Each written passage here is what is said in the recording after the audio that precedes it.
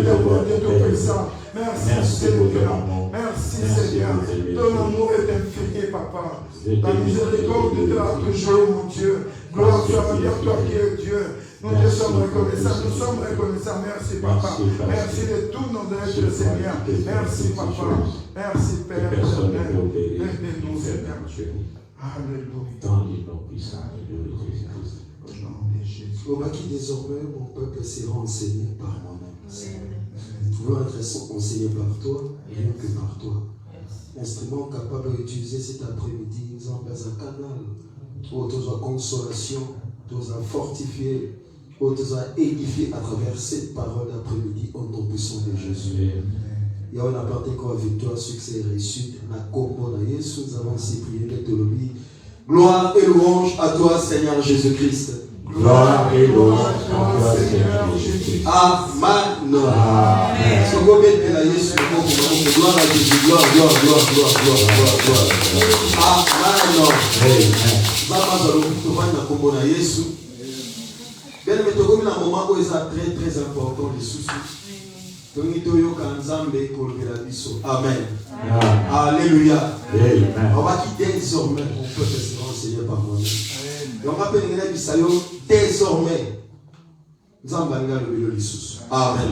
Donc, si ce n'est pas mon Nzambe berger, Tati, Kapenge, Tamazoleka, ou Yobet la Kayesu, Maboko, Milolo pour la gloire de Jésus. Berger, Tati, Kapenge, Tamazoleka, Amen, amen. Amen. Et tu acclames encore très fort pour notre Dieu. Car nous savons que celui qui mérite l'honneur et la gloire. Si nous sommes réunis ici cet après-midi, c'est parce que lui a permis qu'il soit ici. Eh bien aimé, je suis reconnaissant envers tout ce qui est dans ces lieux. Si je veux parler ici, je parle en présence de tout un chacun de nous. C'est parce que toi qui es là que je peux parler. Si vous n'étiez pas là, je ne pouvais pas parler. Et je remercie aussi son serviteur, Gaël Yoshua, qui nous donne l'opportunité afin que nous puissions partager sa parole. Et cet après-midi, j'ai une exhortation qui va te fortifier dans ta vie. J'aimerais te dire que tu as la capacité de recevoir toutes les choses dans ta vie. Amen. Je ne sais pas si tu m'as bien compris. J'ai dit que tu as la capacité de recevoir toutes les choses dans ta vie. Yes. Amen. Et c'est pourquoi j'aimerais te rassurer cet après-midi. Quelles que soient les circonstances et les temps qui étaient en train de passer, le Dieu que nous prions, le Dieu que nous venons ici, il est capable de tout. Amen. Rien n'est impossible à lui. Il est là pour nous répondre. Amen. Et c'est que je suis encore heureux cet après-midi. Parce que toi, tu as ici quelqu'un qui a la capacité de tout te donner. Amen. Parce que nous avons en nous Jésus-Christ. Et la Bible déclare Jésus-Christ en nous, c'est l'espérance de la gloire. Amen. Donc la gloire vient après une victoire. La gloire vient après un succès. Ça veut dire, nous qui sommes en Jésus-Christ, notre vie est revenue toujours de gloire en gloire. Yes. Parce que celui qui est en nous est capable de nous donner tout ce que nous avons besoin. Amen. Parce que la Bible dit, nous avons auprès de lui cette assurance. Amen. Que tout ce que nous demandons, il nous le donne. Donc c'est Dieu-là que nous sommes réunis ici est capable de résoudre tous tes problèmes. Amen. Et toi qui es ici enseigné, j'aimerais te rassurer, il n'y a aucune chose qui peut surpasser notre Dieu. Amen. S'il t'a permis que tu sois ici parce qu'il a un plan merveilleux pour toi. Amen. Parce que s'il n'avait pas un plan pour toi, il ne pouvait pas t'appeler dans ta présence. Yes. Parce que la Bible même déclare, dans sa présence, les méchants périssent. Donc le diable, c'est lui qui est le méchant. Si nous avons des problèmes, c'est lui qui amène ces problèmes. Yes. Mais nous savons que nous sommes ici, sa présence est au milieu de nous, et rien ne peut nous perturber. Amen. Sans tarder, nous allons faire la lecture dans le livre des Hébreux 11. Si quelqu'un a trouvé, peut commencer à faire la lecture pour nous. Hébreux 11.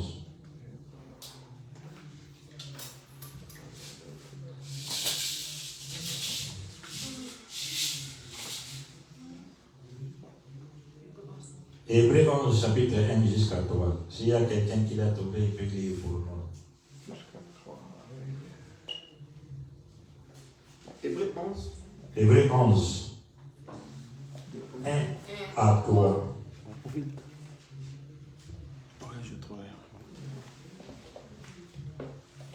Je lis la parole du Seigneur. Amen. Abraham a cru en Dieu, mais Dieu voulait voir ce qu'Abraham allait faire. Hébreux 11, 1, je lis au nom de Jésus. Or, Or, la foi est une ferme assurance des choses qu'on espère, une démonstration de celles qu'on ne voit pas. Pour l'avoir possédé, les anciens ont obtenu un témoignage favorable. C'est par la foi que nous reconnaissons que l'univers a été formé par la parole de Dieu, en sorte que ce que l'on voit n'a pas été fait des choses visibles. Amen. Amen. Nous pouvons nous asseoir. Amen. J'aimerais que nous puissions comprendre quelque chose. J'ai dit, tout ce que nous avons besoin, notre Dieu est capable de nous le donner. Amen. Mais une chose, j'aimerais te dire, tout ce que toi tu as besoin, il y a un seul moyen de l'obtenir, c'est au moyen de la foi. Yes. J'aimerais te dire, ton argent ne répondra pas à tout ce que tu as besoin. Yes. Amen. Tes relations ne permettront pas que tu puisses trouver tout ce que tu as besoin. Yes. Mais nous, en tant qu'enfants de Dieu, il y a un seul moyen que notre Père nous a donné, qui est le moyen de la foi, que nous avons la capacité d'obtenir toutes choses. Et cette foi-là, la foi-là que nous parlons, c'est avoir foi en Jésus-Christ. Amen. Même la Bible déclare, il nous a bénis de toutes sortes de bénédictions dans les lieux célestes. Et là, c'est qui? C'est Jésus-Christ. Amen. C'est nous qui l'avons réussi dans notre vie. Donc, tant que nous avons réussi Jésus dans notre vie, la Bible dit, ce n'est plus nous qui vivons, mais c'est Christ qui vit en nous. Amen. Et Christ en nous, c'est l'espérance de la gloire. Amen. J'aimerais te rassurer à une chose. Il y a un mot qui est capital en cette définition qu'on nous donne ici, dans la foi. On nous dit quoi? Or, la foi est une ferme assurance. Nous obtenons ce mot ici, ferme assurance, je vais l'expliquer terre à terre pour que nous puissions le comprendre. Quand on voit l'assurance, on te dit que tu as une voiture, tu vas rouler avec cette voiture. Qu'est-ce qui nous donne la paix quand nous sommes dans notre voiture? C'est parce que nous savons que nous avons l'assurance. Donc même si je fais un accident ou je vais cogner une voiture, ce n'est pas moi qui va payer ça, c'est l'assurance qui va assurer toutes les dépenses que j'aurai à faire. C'est pour dire quoi? Donc nous aussi d'une manière, dans notre vie, nous avons l'assurance. Et cette assurance-là, c'est la foi. Cela veut dire, tout ce qui peut y arriver dans notre vie, ce n'est pas nous qui allons le faire, mais la foi qui est à nous, qui est cette assurance-là, il va nous donner tout ce que nous avons besoin. Et c'est cette foi-là qui va nous permettre de résoudre tous nos problèmes. Donc pour dire quoi? En tant qu'enfants de Dieu, nous avons la résolution à tout. Pour dire, quels que soient les problèmes qui peuvent y arriver, en tant qu'enfant de Dieu, j'aimerais te dire, ne perdez pas l'espoir et ne perdez pas l'espérance. Parce que le Dieu que nous prions, il ne nous abandonne pas, il ne nous laisse jamais. Amen. C'est pourquoi nous allons bien comprendre et illustrer cette démonstration de la foi dans le livre de Jean 11, où on nous parle de l'histoire de Lazare. Et cette histoire est capitale dans la vie de tout un chacun de nous. Bien-aimés, quand nous lisons ce livre de Jean 11, on nous dit quoi? Jean 11, je lis au nom de Jésus-Christ. Il y avait un homme malade, Lazare, de Béthanie, village de Marie et de Marthe, sa sœur. C'était cette Marie qui oignit les parfums, le Seigneur qui essuya ses pieds avec les cheveux. C'était son frère Lazare qui était malade. Ici, on nous donne les détails de la personne qui était malade. Qui était malade? La personne qui était malade, c'était l'ami de Jésus-Christ. Donc, pour dire quoi? Lui qui était l'ami de Jésus-Christ a eu aussi un problème. Lui qui était à l'ami de Jésus-Christ est tombé malade. Mais nous allons voir dans cette histoire, les gens savaient bien que Lazare était l'ami de Jésus-Christ. Ils sont allés dire à Jésus que ton ami que tu es maintenant est malade. Pour dire quoi? Nous aussi, nous sommes des chrétiens. S'il arrive quelque chose dans notre vie, les gens aussi nous pointent les doigts pour dire celui-là, ce n'est pas un chrétien. Et les dieux qui lui prie ne fait rien. Il n'agit pas dans sa vie. Donc, pour dire quoi? Tout en étant des chrétiens, il y a des problèmes qui peuvent surgir dans notre vie.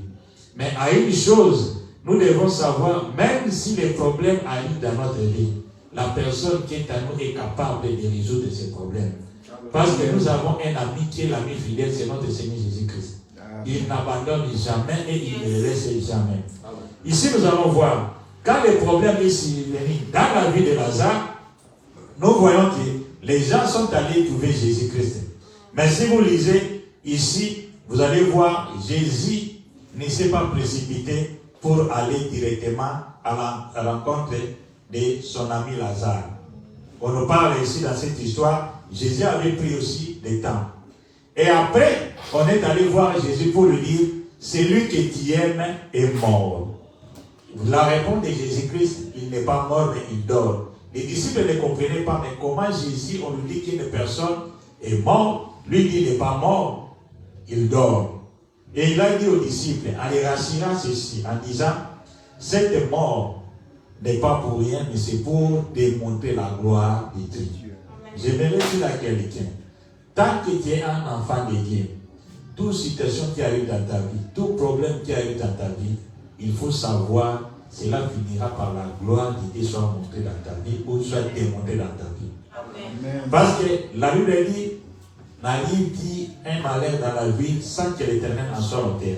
Donc cela veut dire, toi, en tant qu'enfant de Dieu, s'il arrive quelque chose dans ta vie, sache-le que l'Éternel lui-même sait pourquoi ces choses arrivent. Bien aimé, tout malheur qui arrive dans ta vie, ne le prends pas pour des malheurs. Vous savez, il y a une personne qui a hérité le royaume, mais si on te dit comment il a hérité le royaume, c'était d'abord un problème. Je parle ici de l'histoire de Saül pour que vous puissiez comprendre. Le père de Saül s'appelle Kis. La Bible déclare, le père de Saül qui était Kis avait perdu ses ânesses. Mais en perdant ses ânesses, il a envoyé Saül et son serviteur pour aller à la recherche de ces ânesses qu'ils avaient perdues. Mais la Bible nous dit quoi? Quand ils sont allés chercher, ils ont beau chercher, ils n'ont rien trouvé. Et après cela, ils étaient trop fatigués. Saül a dit aux serviteurs de son père, nous devons nous retourner. Mais le serviteur était tellement sage, il a dit, on ne peut pas retourner comme ça. Je sais qu'il y a un homme de Dieu ici à qui nous allons pouvoir aller les chercher pour qu'il nous donne les chemins ou nous montre les chemins où se trouvent les ânesses. Mais ce qui était troublant, en arrivant chez Samuel, les prophètes, quand l'Esprit dit, dès que vous vous êtes sortis pour venir à la recherche des ânesses, les ânesses ont été déjà trouvées. Mais l'Éternel a permis cela pour que vous puissiez arriver ici parce que Dieu veut t'élever pour que tu puisses devenir roi pour son peuple. Donc cela veut dire quoi? Ce malheur a été planifié par Dieu lui-même pour permettre à Saül d'arriver jusqu'à Samuel pour qu'il puisse hériter son royaume. J'aimerais dire à quelqu'un, tous les problèmes qui arrivent dans ta vie, tu sais, dès que les problèmes arrivent, sache-le qu'il y a déjà une solution pour notre Jésus-Christ. Donc quand les problèmes ont été arrivés dans la famille de Saül, l'Éternel avait permis ça et Saül s'est déplacé pour venir. Les temps qui se sont déplacés pour venir, les pères de Saül avaient déjà la paix parce que les animaux ont été déjà trouvés. Mais l'Éternel avait permis ces circonstances. Pourquoi? Pour amener Saül à sa destinée. Bien aimé, tous les problèmes qui sont dans ta vie, ne pense pas que c'est pour ton malheur. Et cela aussi peut arriver pour t'amener à ta destinée. Bien aimé, la Bible déclare, il connaît les projets qu'il a formulés pour nous. Les projets de paix et de bonheur. Quelles que soient les circonstances ou les temps que tu passes, sache-le que les dieux que tu es en train de prier, les dieux que tu cries jour et nuit, il a un plan merveilleux pour toi. Pour la famille de Saoul, ils avaient un problème. Ils pensaient que ce problème-là était trop grave parce qu'ils avaient béni les ânesses. Mais or, pour Dieu, ce n'était pas le problème des ânesses, mais c'était le problème de la royauté pour ces familles. La royauté est plus que les ânesses qu'ils pouvaient perdre. Bien aimé, les problèmes qui te saisissent dans ta vie ne peut pas te submerger. Le Dieu que nous prions est capable de tout. Ici, nous revenons à notre histoire de Lazare. J'aimerais que tu puisses comprendre. Quand elle est venue, Marthe, ils disent, si tu étais ici, mon frère ne serait pas mort. Mais maintenant même, je lis 21, maintenant même, je sais que tout ce que tu demanderas à Dieu, il te l'accordera. Bien aimé, la personne que nous avons pris à lui a la capacité de nous accorder tout. Amen. Quand on dit tout là, tout sauf rien. Yes. Donc cela veut dire tout ce que tu as besoin, le Dieu Tout-Puissant est capable. Yes. On a dit quoi? Toutes ces choses qui existent ont été créées par lui. Des choses qui étaient visibles aujourd'hui, qui est devenu, qui est sorti de l'invisible. Yes. Notre Dieu est capable d'appeler à l'existence des choses qui n'existaient pas à l'existence. J'aimerais dire quoi? Même dans ta vie, s'il y a des choses qui n'ont pas de forme, s'il y a des choses que tu vois, il n'y a ni sortie, comme les enfants d'Israël, devant la mer rouge, pourrait être, c'était fini. Pourquoi? Ils ne voyaient pas les chemins. Mais laisse-moi te dire, la Bible dit, le Dieu que nous prions est capable de frayer les chemins, même dans les déserts. Yes. Là où il n'y a pas de chemin, notre Dieu est capable. Là où toi tu te trouves, que tu es limité, tu es bloqué, il n'y a pas de limite pour notre Dieu. Il est le Dieu capable de tout résoudre dans ta vie. Ici, pour la famille de Lazare, ils disent que Seigneur, tu es venu trop tard. Si tu étais ici, j'aimerais dire à quelqu'un, le trop tard pour toi, ce n'est pas le trop tard pour notre Dieu. Oh. Donc, le Dieu que nous prions, il n'est jamais en retard. Yes. Mais c'est le monde qui nous fait voir que nous sommes en retard. C'est le monde qui nous fait voir que nous avons déjà perdu. Bien aimé, rien n'est perdu devant notre Dieu. Il est capable, il est le Dieu qui rembourse toutes les années qui ont été perdues dans notre vie. Donc, pour dire quoi? Dieu peut te donner quelque chose que les gens ont entendu depuis des années, ils n'ont pas eu ça, mais il t'a donné ça. Et tu peux te retrouver à une situation dans ta vie où ce que toi tu as obtenu, beaucoup de gens ne l'ont pas obtenu durant trop de temps qu'ils ont fait. Mais parce que toi tu es le bien-aimé de Dieu, il est capable de te donner au-delà de ce que toi-même tu penses. Parce qu'il est le Dieu qui fait au-delà de nos ententes. Parce que notre Dieu est capable. Bien-aimé, pour les hommes, la famille de Lazare, ils savaient que quand ils envoyaient les gens, Jésus devait venir vite. Mais or, Jésus ne voyait pas les choses comme il est. Il voyait que c'est une famille que j'aime. Je dois faire quelque chose de grand dans leur vie qui restera comme un témoignage. Bien aimé, les gens sont là pour parler de ta vie, même dans des situations difficiles. Dieu ne le permet pas pour permettre, mais il le permet pour que ces gens-là puissent se connaître et savoir que toi tu as un Dieu dans ta vie, et quand il agira, ces Dieu-là comprendront qu'il y a un Dieu vivant. Et c'est toi qui sera le témoignage dans ta vie pour que les gens aussi viennent à ce Dieu-là que nous croyons. Parce qu'ils ne croiront pas aussi longtemps qu'ils n'auront pas de miracles ni de signes. C'est pourquoi il dit, si vous ne me croyez pas, croyez quand même aux œuvres que j'ai faites au nom de mon Père.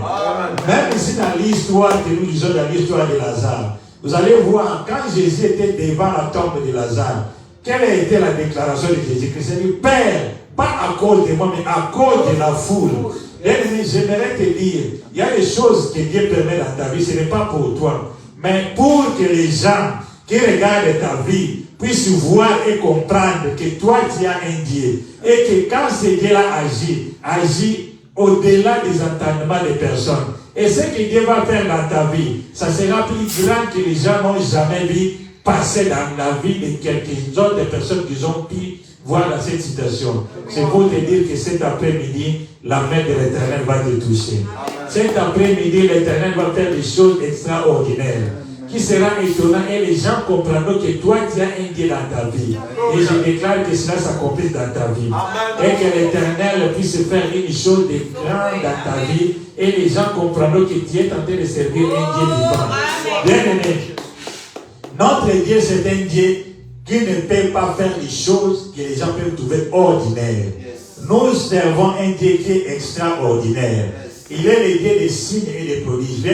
Quand on dit prodige, ce sont des choses qui peuvent étonner tout le monde. Que les gens peuvent dire que ceci n'est pas possible. Ceci n'est pas faisable. Ce qui est impossible aux hommes, ce qui n'est pas faisable pour lui, cela est faisable à notre Dieu. Cela est possible avec notre Dieu. Et j'aimerais te dire, la chose que tu voyais impossible dans ta vie, sache que le Dieu que tu es en train de servir est capable de tout. Bien aimé, pour Lazare, les gens disaient, il le sent déjà, il est déjà trop tard. Même la famille a désespéré. J'aimerais te dire, même ta famille peut désespérer de ta situation, mais la personne à qui tu as crié, il n'y a pas de désespoir à lui. Il est capable pour lui. Même partout, les gens ne peuvent pas te suivre, t'accompagner, t'aller te chercher. Lui est capable.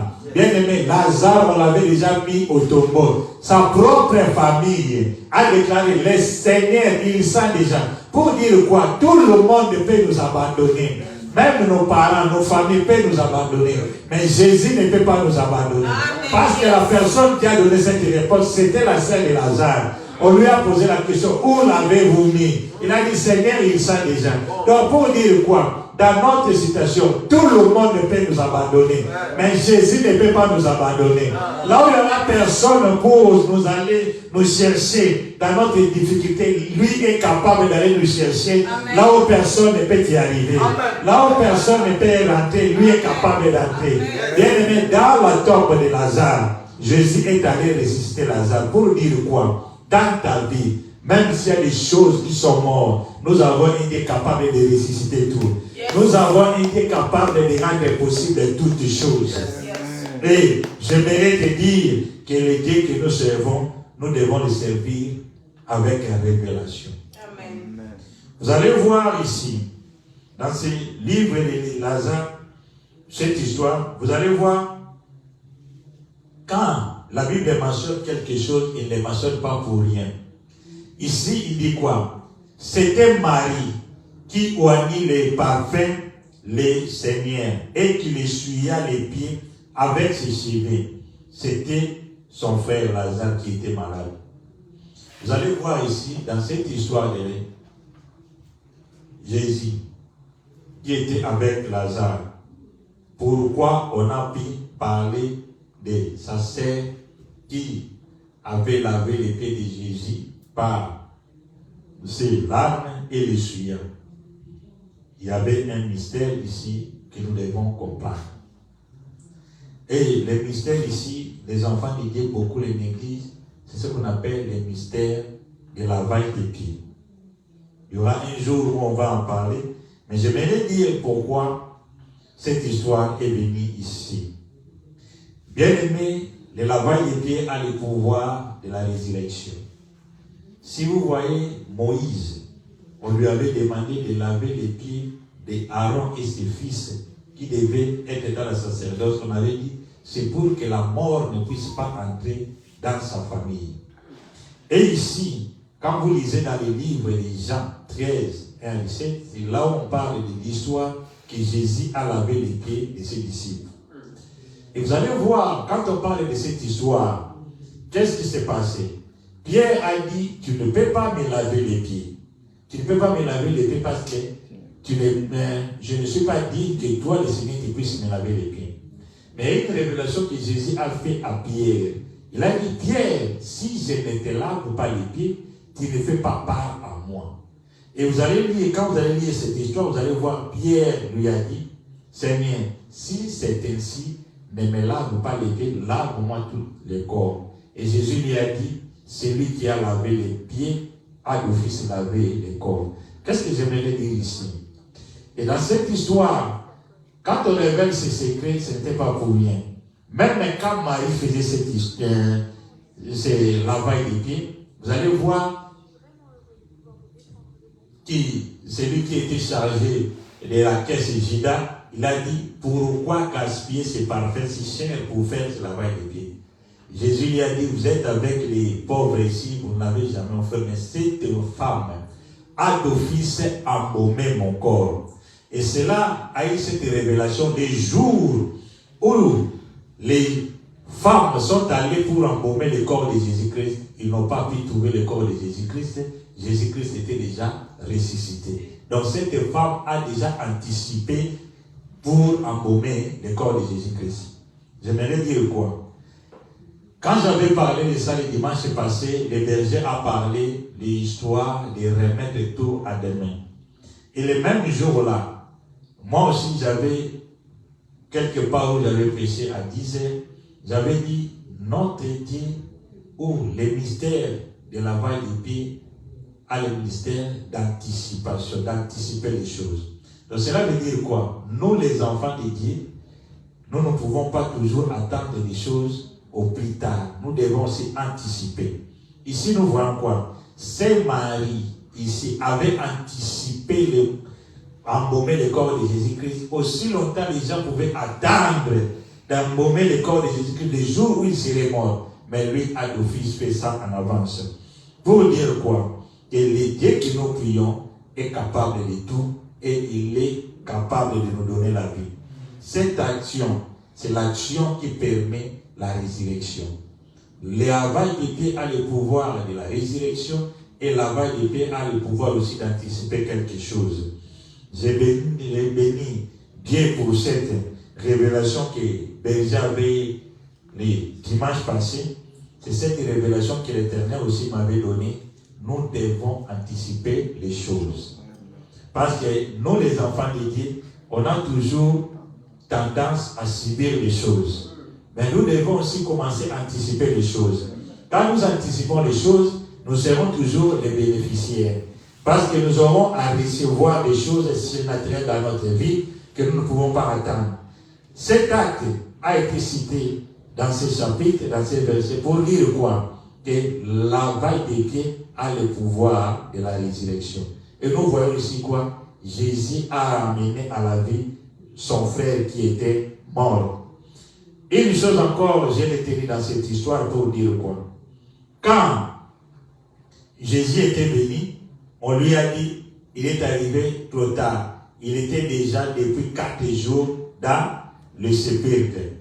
Et comme à Béthanie était de Jérusalem à 15 stades d'environ, beaucoup de Juifs étaient venus, Marthe et Marie, pour les consoler. Nous sortons. Et Jésus leur dit, je suis la résurrection et la vie, et quiconque croit en moi ne mourra jamais. Crois-tu à cela? Ici, nous allons voir quoi? Quand Jésus est arrivé pour parler à Marthe, nous voyons que Marthe voyait la situation, c'était compliqué. Pour dire quoi? Dans notre vie, il y a des histoires qui peuvent arriver. Nous allons voir des histoires qui sont compliquées, que nous ne pouvons pas avoir la solution.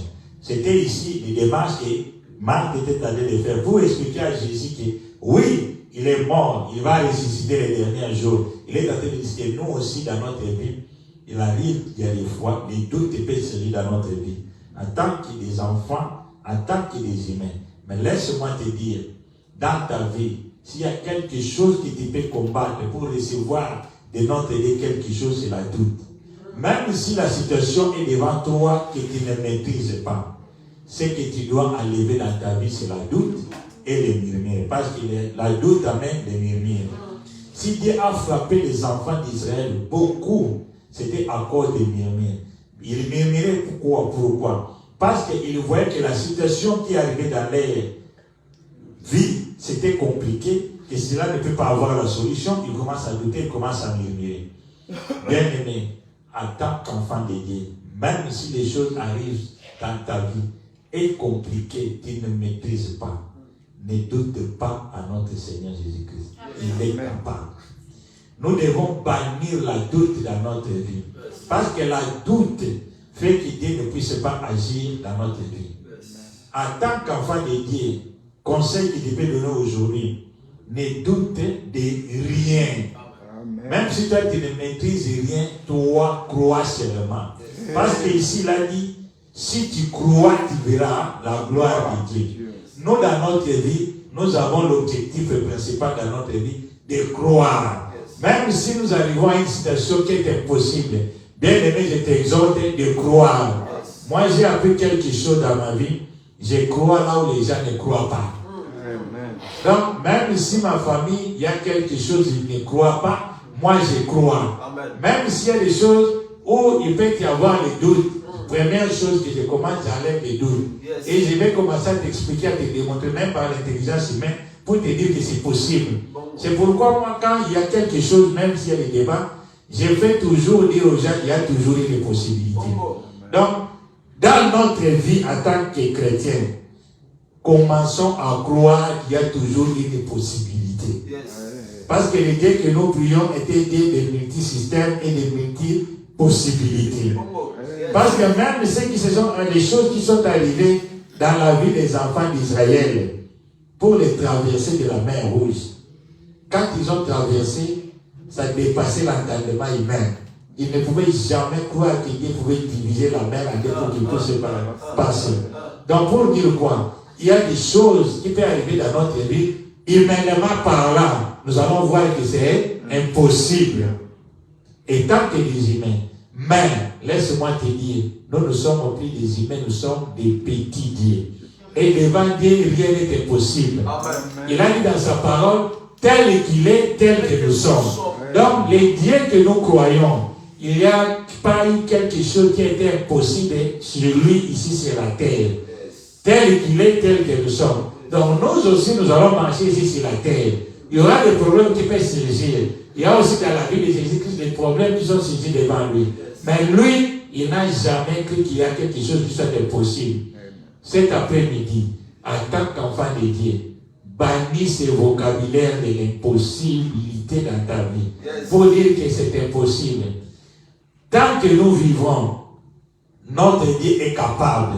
Donc, il est capable de nous donner ce qui est impossible. Parce que de nous-mêmes, nous ne pouvons pas l'obtenir. C'est grâce à lui que nous obtenons tout. Amen. Donc, tout ce que toi tu vas obtenir, ce n'est pas par ta force. C'est par sa grâce. Amen. Parce que la Bible dit, sa grâce nous suffit. C'est par sa grâce que nous sommes devenus aujourd'hui les enfants de Dieu. Personne n'a fait un effort pour devenir enfants de Dieu. C'est lui qui nous a choisis. Il a permis que nous soyons ce que nous sommes. Donc, comme il nous a choisis, il a permis que nous soyons ce que nous pouvons être aujourd'hui. Donc, il est capable de tout. De la même manière qu'ils avaient choisi d'Israël. Et la vie des enfants d'Israël a été là pour démontrer la gloire de Dieu ici sur la terre. Donc, si Dieu t'a choisi, que toi tu es enfant de Dieu, c'est pour que ta vie puisse démontrer la gloire de Dieu ici sur la terre. C'est pour dire quoi? Pour que la gloire de Dieu soit manifestée dans ta vie, il y a des choses qui doivent se passer dans ta vie et que les gens doivent voir et croire et comprendre que toi tu es un enfant de Dieu et que sa gloire se manifeste dans ta vie. Et je déclare aujourd'hui que dans ta vie, la gloire de Dieu va se manifester.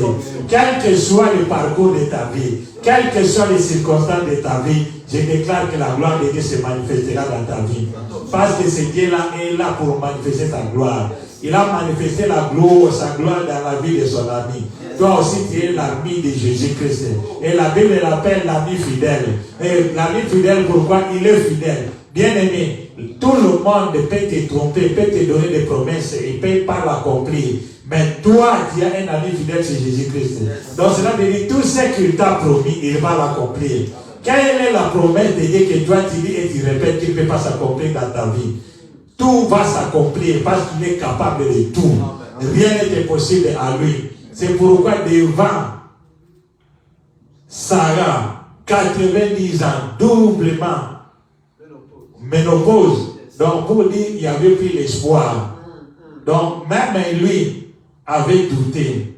Mais il y a quelque chose que l'Éternel a dit. À Abraham, y a-t-il quelque chose qui soit étonnant de la part de l'Éternel? Donc, il n'y a pas quelque chose qui peut étonner Dieu. Donc, il loco quand il s'est habillé sur la doctorie, et au venant situation, en tout cas, et aussi, mais la Bible dit, il n'y a pas quelque chose qui peut étonner Dieu. Donc, ce qui peut nous étonner n'étonne pas notre Dieu. Donc, pour dire quoi? Même si les gens peuvent commencer à réclamer, s'étonner des histoires ou des choses qui se passent dans ta vie, Notre Dieu ne s'étonne pas. Parce qu'il est capable. Il sait qu'il a la possibilité de résoudre tout. C'est lui qui appelle à l'existence des choses qui n'existent pas à l'existence. Pour dire quoi? Dans ta vie, s'il y avait des choses qui n'existaient pas, lui, il est capable. Il est capable de l'appeler parce que toi, tu as la foi. La foi fait quoi? La foi amène à l'invisible les choses qui sont invisibles.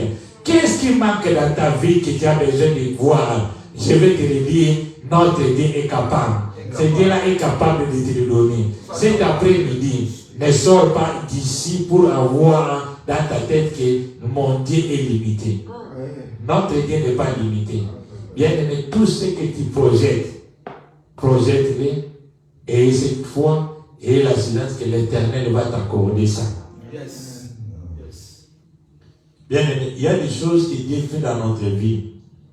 Moi, il y a des choses que l'Éternel a fait dans ma vie et que je sais, personne ne peut les faire. Et cela n'est que sa grâce et sa main puissante.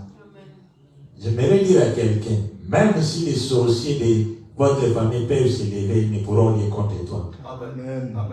Parce que nous avons un Dieu capable de faire des signes, des produits dans ta vie et que tes membres de famille peuvent croire qu'il y a un Dieu qui existe. Vous savez, un jour, moi je dormais. Il y a quelque chose qui s'est passé dans ma vie jusqu'aujourd'hui. La famille de mon père croit qu'il y a un Dieu qui existe. Vous savez pourquoi? C'était compliqué, je dormais. Il y avait des bougies qui tombaient et les lits a pris feu. Vous voyez les mouches là, les conflits au Congo là, les mouches. Je vous dis, la mouche a pris feu, mais j'étais là, je dormais, ma tête et tout ici avait le feu. De tel que vous me voyez ici, je suis une personne qui devait être ici. Les cheveux, la tête ici devait être brûlée et tout. Mais je suis sorti sain et sauf, sans briller. Et quand les gens sont venus, ce n'est pas moi qui a été le fait. C'était un cousin, grand frère, cousin. Lui, il est venu, il voyait les faits, il a éteint les faits. J'ai dormi. Ouais, même les fumées. Ce fait que là, une personne peut commencer à suffoquer pour commencer à tousser. Je n'ai senti ni fumée, ni étouffement. Et ce grand frère-là, jusqu'aujourd'hui, il me dit toujours, il a dit à un ami qu'on partait avec lui à l'église, il dit, ton ami est mystique. Ce que j'ai vu, c'est impossible. Je vois seulement l'histoire qu'on dit qu'il y avait des personnes qui étaient dans la fournaise ardente, les faits étaient là, mais les gens ne se consumaient pas, ne se brûlaient pas. Mais j'ai vu ça dans mes propres yeux. Ton ami est dormi, les faits et la ménage n'a pas été brûlé. Donc, pour dire quoi? Nous avons une personne exceptionnelle dans notre vie. Amen. J'ai toujours dit cette histoire pour dire quoi? Le Dieu que nous prions est exceptionnel. Donc, il fait des choses exceptionnelles dans notre vie. Ce qui est possible aux hommes, ce qui ne peut pas se passer dans la vie des autres gens, mais dans ta vie, c'est possible. Amen. Donc, pour dire quoi? Personne ne peut dormir sur les faits sans être brûlé. Mais Dieu peut permettre que tu dors sur les faits sans être brûlé. Amen. C'est Dieu là qui a mis ça dans ma vie. C'est pourquoi moi, je crois en tout. Si on me dit même des choses impossibles, oui, je vais vous le dire, je vous comprends. C'est pourquoi si tu parles avec moi, je fais le développement de quelque chose, tu vas voir que quand tu commences à comprendre que c'est impossible, tu comprends que moi je ne comprends pas que c'est impossible. Je commence toujours à dire qu'il y a toujours une possibilité. Donc pourquoi? Parce que je sais que c'est Dieu a fait de grandes choses. Si je suis ici en Europe, il a fait. Si j'ai obtenu les papiers, il a fait. Là où tout le monde peut me dire c'était impossible, ne crois pas ça, mais moi j'écris. Et je sais qu'il est possible de recevoir toutes choses en lui. Cet après-midi, je suis venu te dire, il est possible de recevoir toutes choses en lui. Il est capable de faire des choses impossibles dans ta vie. Ce qui est impossible, lui est capable d'accomplir ça dans ta vie.